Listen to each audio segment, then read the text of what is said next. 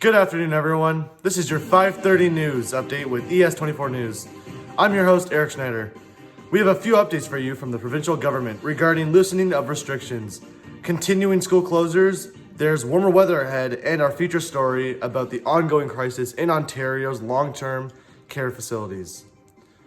First up, on May 14th, Premier Doug Ford announced government plans to start rolling out Stage 1 of the easing of restrictions on retailers, seasonal businesses, and community service providers who will be permitted to open or expand their services. This is welcoming news to many small businesses across the GTA and Ontario. You might notice some changes when you go shopping at these stores. Most retail stores that have a street entrance can open. However, they must have physical distancing restrictions in place to limit the number of customers within the store. Now we will be reporting in live with Tom Tucker. Tom, you are live. Thank you, Eric.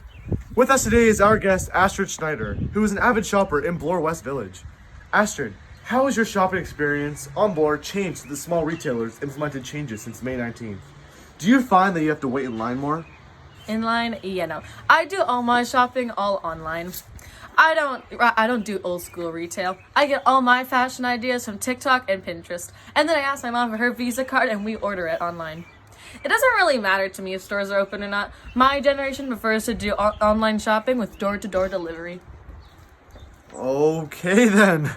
Well, it looks like you were getting along just fine online and the easing of retail restrictions has little impact on your life. Now back to you, Eric. Thank you, Tom. Now for our next story, moving on to school closures and online schools. We'll have Sam James interviewing a St. Thomas student whose school, Pierre Elliott Trudeau Public School, is affected by the closures and has now started e-learning and doing online classes. Sam, you are live. Thanks, Eric. With us today is Andre Mutzko, who will be giving us his reaction and insight on the new e-learning event that has replaced the schools and brought everyone into a new space of learning. So, Andre, what's it like not going to school every morning and having to work at home? You must miss your teachers, your school, and all your friends, right? What? Oh, my teachers? My school? No, I don't miss either of them.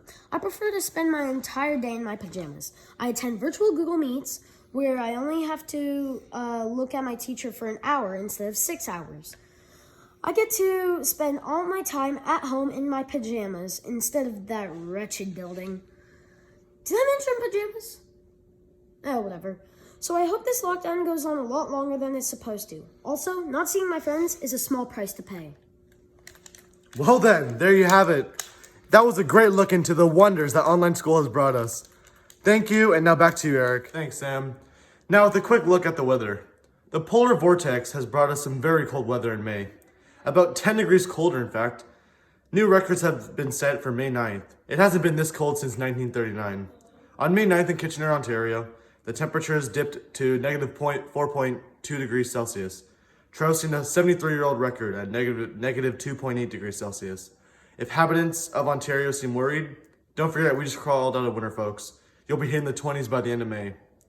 Now, on a more serious note, the coronavirus outbreaks in long-term care homes continues to be a huge challenge in Ontario and other parts of Canada. On April 15th, the government announced a COVID-19 action plan for the management of these facilities. Measures were put in place to help prevent the spread of the virus by focusing on additional testing, containment, and addressing staffing shortages. Some facilities are still struggling to contain the virus even after sending in the army. Today, we've invited a special guest. Julie Petrus is a senior citizen from St. Thomas, Ontario, and she's here to give us her perspective on the ongoing crisis in long-term care homes. Good afternoon, Julie. Thank you for coming in to ES24 News to discuss this sensitive subject. Thank you for having me. So, Julie, are you a resident at a long-term care facility? No, I am not. You kidding? I live in my own nice virus-free home that I clean all by myself. Oh, okay. Have you ever been to a long-term care facility?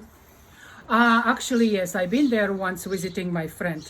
We have fun and snacks, but we don't wear masks. Now, when we have to wear a mask, I'm not going there anymore. Well, there you have it, folks. It seems the best way to manage the long-term care home crisis is to avoid them altogether. Keep your grandparents at home if you can. Even better, send them to the garden centers. Now that the garden centers are open, this is where you can find all the seniors. Well, that's it for our news today, folks. I hope you're surviving your lockdown with this promising news of opening to warm weather. Thanks for watching ES24 News, and goodbye.